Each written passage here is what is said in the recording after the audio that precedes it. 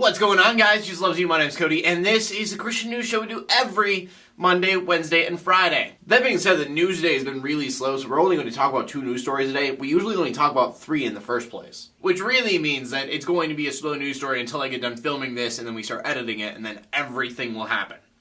Fact. Actually, that's not a fact. It's not grounded in any way at all. But trust me, as soon as you watch this, there's going to be a bunch of stuff you're like, why did Cody talk about this? It's because I recorded it a day in advance and nothing was going on. So if you do ever find a news story and you're like, Cody should really talk about this, you can go to my Twitter and just send me a link to the news story and I'll probably talk about it. It always makes my job a lot easier when I know what you guys want to talk about, and if you send me the link, that is about as blunt as you can be about it. So if you do ever feel like doing that, my Twitter handle is @CodyArmor. And then one more thing before we get into the news. It's not really a news story, it's just a fun fact. Did you know that Pope Francis used to be a bar bouncer? Because I didn't until today. There's no actual point to that, it's a fun fact.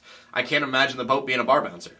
It's kind of cool. And that brings us to the first story of the day, which brings us to Kansas. You may remember being like middle school and high school, and we had the see you at the pole thing. Every time we did it, it was on the National Day of Prayer. And the idea was, before school started, you would go to the flagpole and meet up with a bunch of other students, and it was all student-led, and you guys would pray. And it was all kumbaya style. You stood in a circle, you held hands, someone would say something, and then when they're done, they would squeeze the person's hand next to them, and then that person would pray as well. And as I said, this is all student-led, so the school's not really taking part in it at all. Except in Kansas. A student at the Robert E. Clark Middle School in Kansas was giving out flyers for the See You at the Pole event. Because, you gotta promote that it's happening or nobody will show up. But the school then banned the student from doing this, saying that he couldn't bring out flyers that had Bible verses on them. Which is definitely not right, because the kid should be able to share his faith with anyone he wants. He has that freedom of religion. And I'm not for sure on this, but I'm pretty positive by the school impeding on the kids' freedom of religion, they are also impeding on their separation of church and state. But again, I don't know if that's for sure.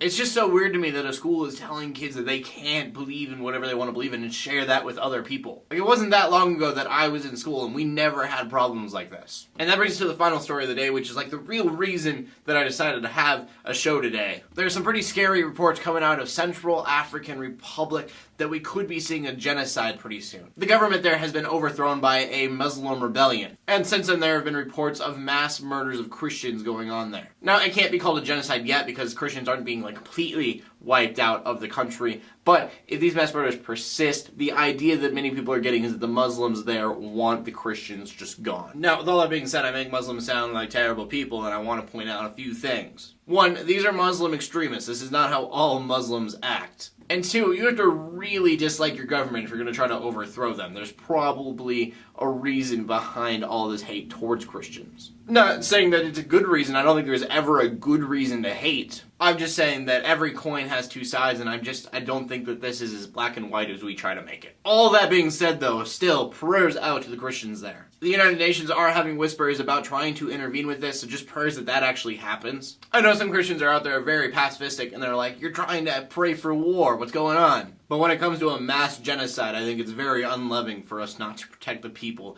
who will be murdered. So I guess if you are a pacifist, which is very possible, you're just not, and you think that's a terrible idea for the United Nations to ever go and intervene in wars like that, then just prayers to the Christians for their safety. No matter how you look at the situation, it's gonna suck no matter what. Anyways, I think that about wraps it up. My name is Cody. I'm bringing news to the Christian community every Monday, Wednesday, and Friday. In closing, let the haters hate, let the Christians pray, and to everybody like, subscribe. I'll see you later, and God bless.